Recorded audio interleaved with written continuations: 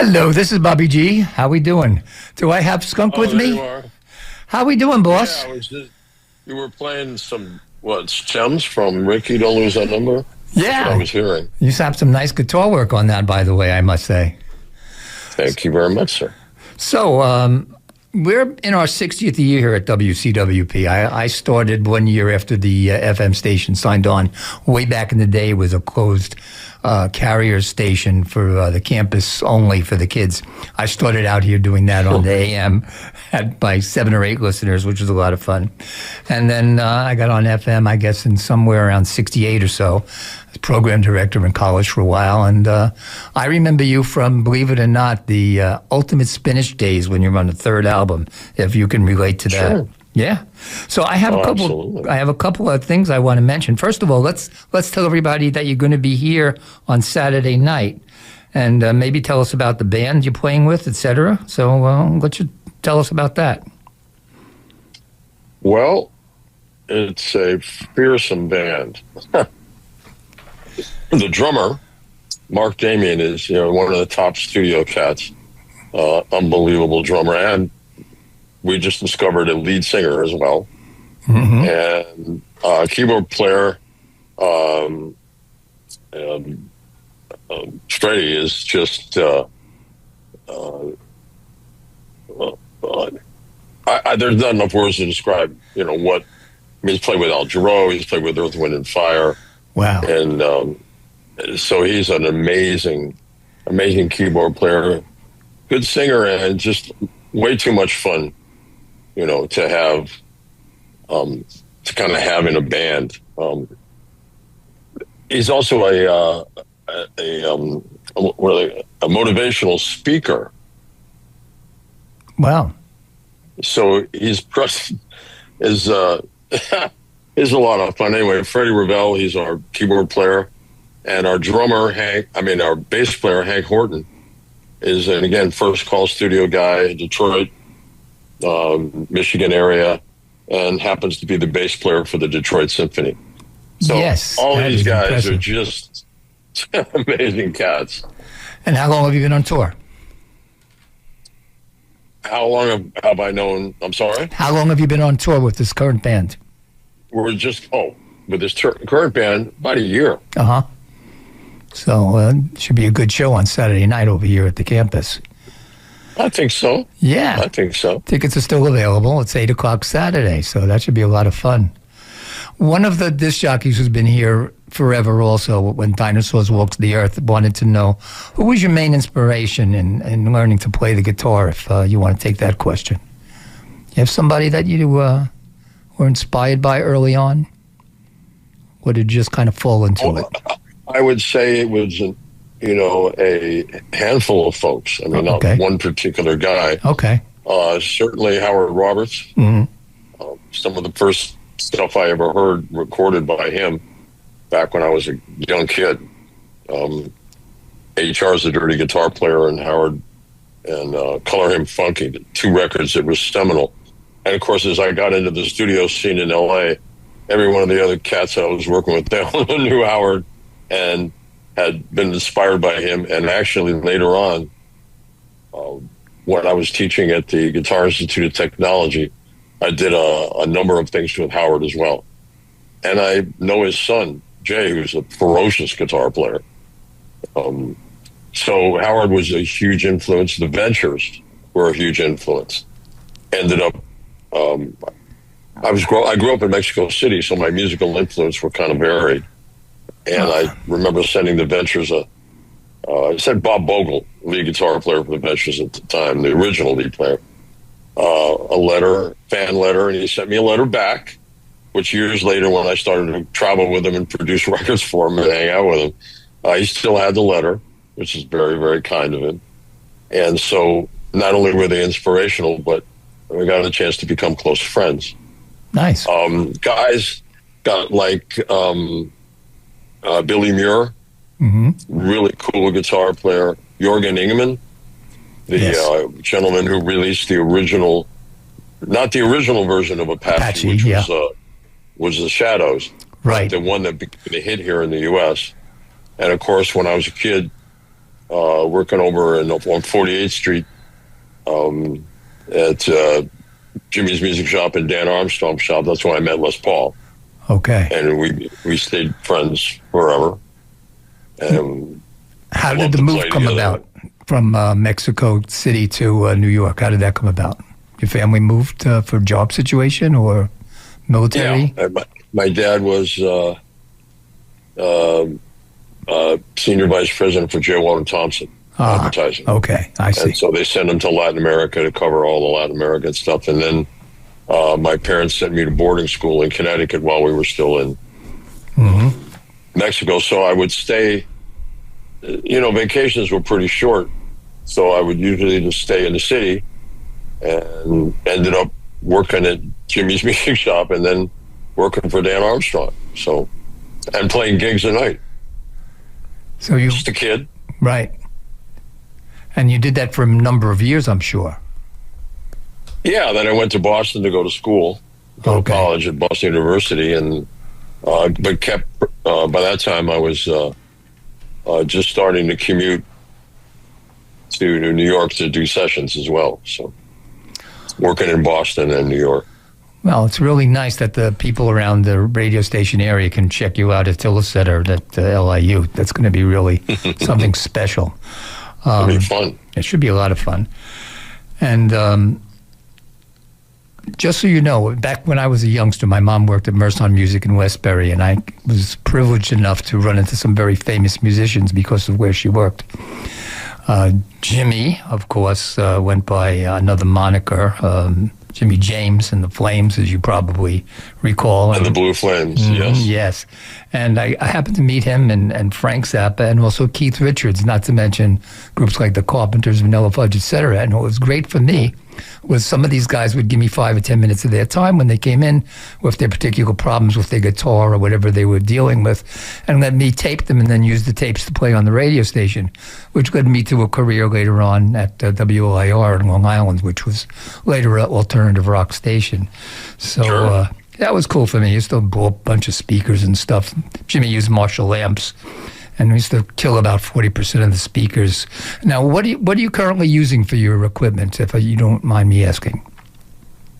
Well, I've been with a company called Roland for over 50 years now. As a consultant on a number of design teams. Worked on the original guitar synthesizer and still to this day. So what I use is a Roland guitar. It's a Fender Stratocaster, but it has Roland electronics in it, modeling electronics, because I just got really tired of carrying 10 guitars around with me. Yes. So I decided with the guys with Roland, I said, we're gonna design a guitar that has all these guitars in it, so I don't have to do this anymore. So it's called the G5, and it's an amazing instrument. So I'll be playing that. I use a Boss. It's called an ME10. It's a multi-effects pedal, something I helped design 30 years ago. Wow. But it's still, I love it. It does exactly what I want. And then I use Roland Blues Cube amplifiers. That I was heavily involved in the design, but they're only turned up to half a watt because it basically is coming through the PA. I have tremendous amount of sympathy for anybody sitting in the front row of any place.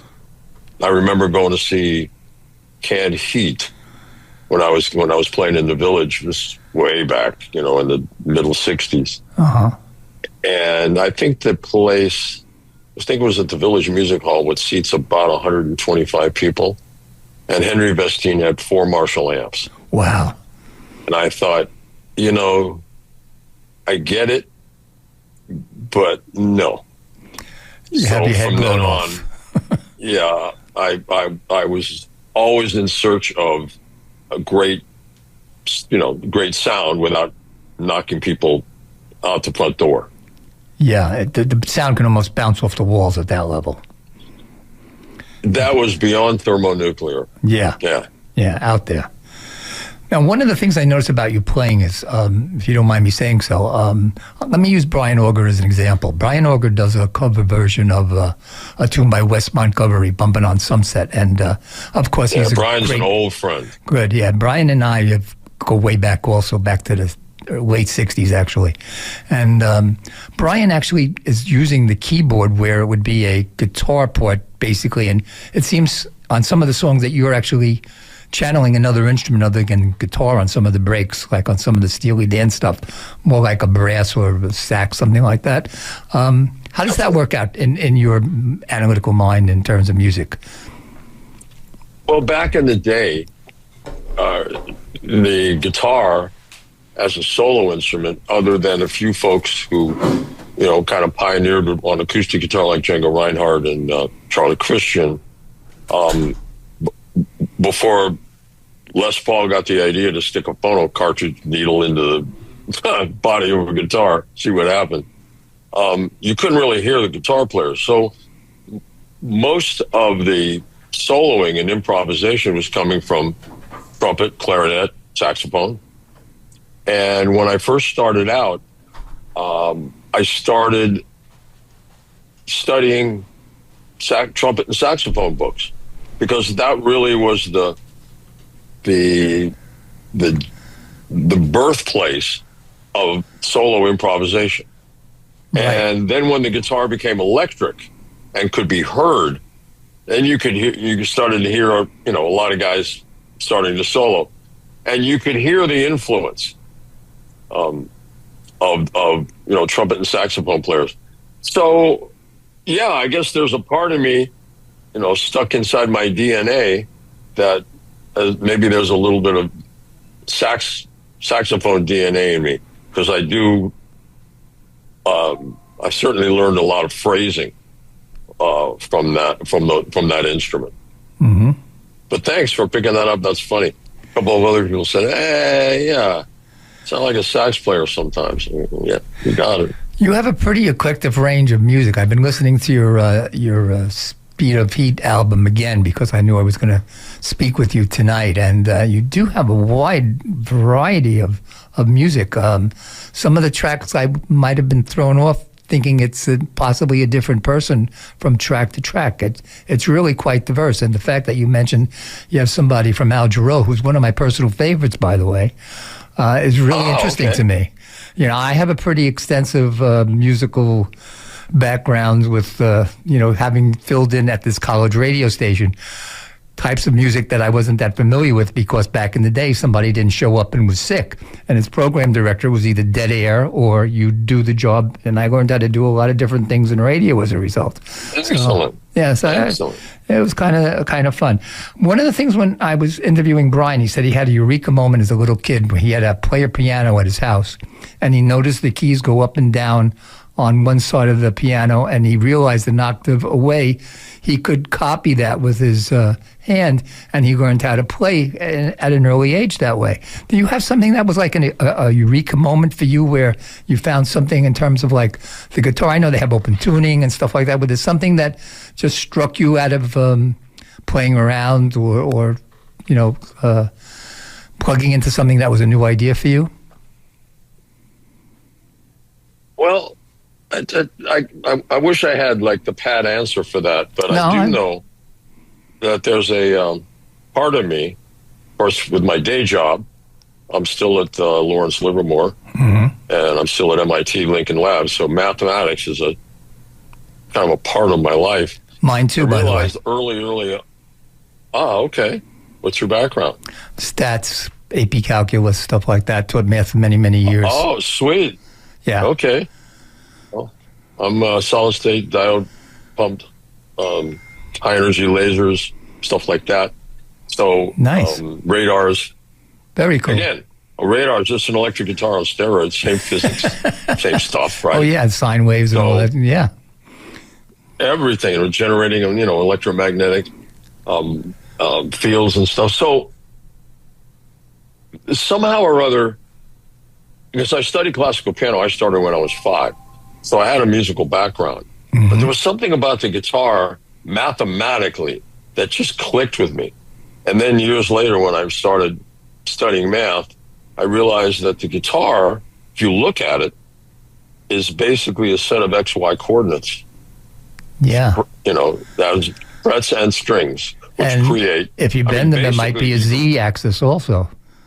Well, that's what's interesting because, first of all, I think you could probably write every chord on a guitar as a quadratic equation. Mm-hmm. Then, when I started playing pedal steel, now we got into the Z vector, big time. And again, the mathematics of that is, to me, I guess that's the template that I see in my head. And when I started listening to the Ventures, their forte was melody. Their thing was to take songs and play the melody.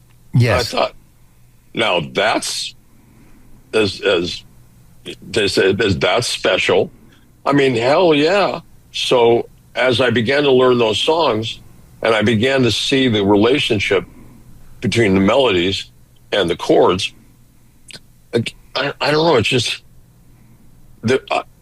it's like I can see a grid in my head somewhere. I'm not quite sure how to put it into words, but it all makes sense to me. I sometimes tell people that math and music are the universal languages. That's what I've said to people, and some people get it and some people don't. But that's the way I view it. Well, I remember when I was working with Dr. Charlie Towns at Lawrence Livermore. He won the Nobel Prize for inventing a laser. Mm-hmm. And Charlie was all about that. He was talking about coherent oscillations and the human spirit, because, as you know, the brain is a electromagnetic machine. It both broadcasts and receives. And so it lives and breathes on frequency.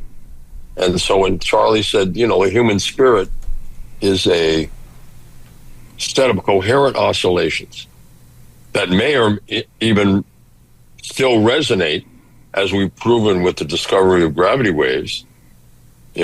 Somebody won the Nobel Prize for that from the Big Bang. So this stuff keeps resonating. That may be what that's all about. And then I said, Charlie, that's what music is. He went, bingo. There you go. You got it. We usually take a break now. We're going to skip over that, but I'm just going to tell people that I'm speaking with Skunk Baxter, and I am Bobby G, and this is The Rock Show with WCWP 88.1 FM. Okay, we continue on. We got that out of the way. And you'll be appearing at the Tillis Center once again on Saturday night at 8 o'clock. Should be a great show.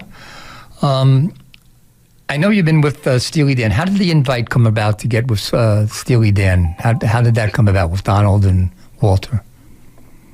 I was in Boston doing a number of sessions at a studio called Intermedia Sound. It's on Intermedia. It was on some Newbury Street in Boston, and I had a lot of friends there, and I would sort of hang around the studio. And it wasn't like I was the house guitar player, but bands kept coming in and they kept needing guitar players, so sure.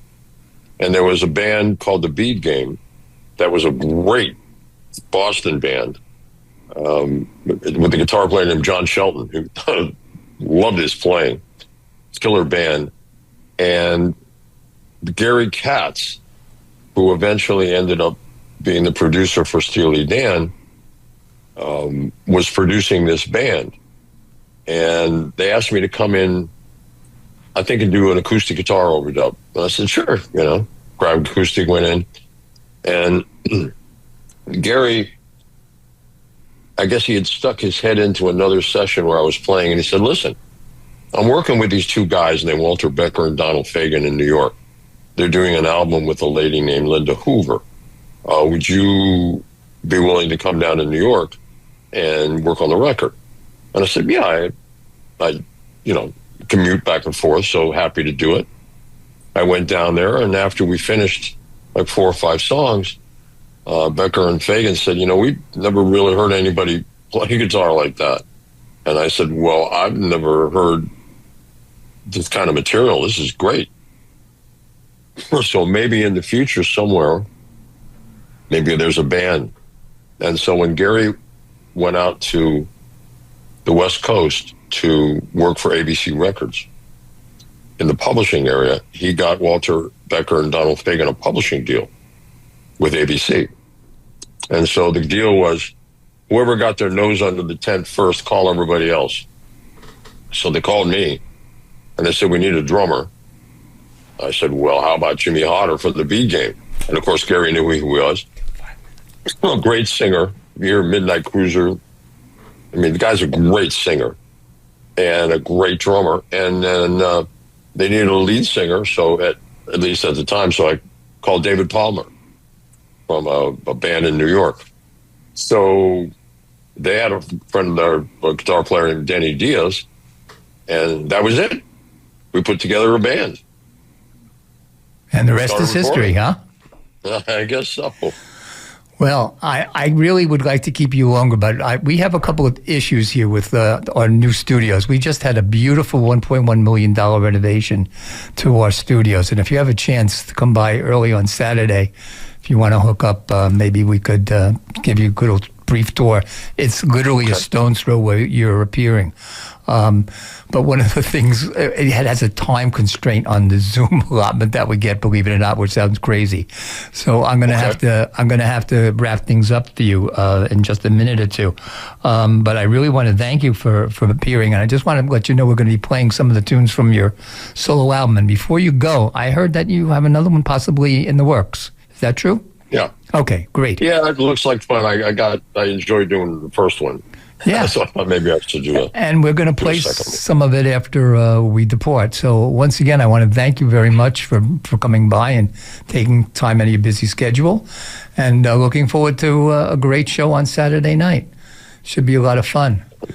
All right. And if you play the Rose, by the way, okay. I love pedal steel, my favorite instrument. I will make sure that I'll play that. The sound of that instrument is, and that was for my dad. That's why I did that performance. Okay. I read some reviews, and I didn't realize that was the reason why it got included. So let me hit that right now. That's for my dad. And we're going to leave you with that. Thanks again. Thank you. Take care. You too.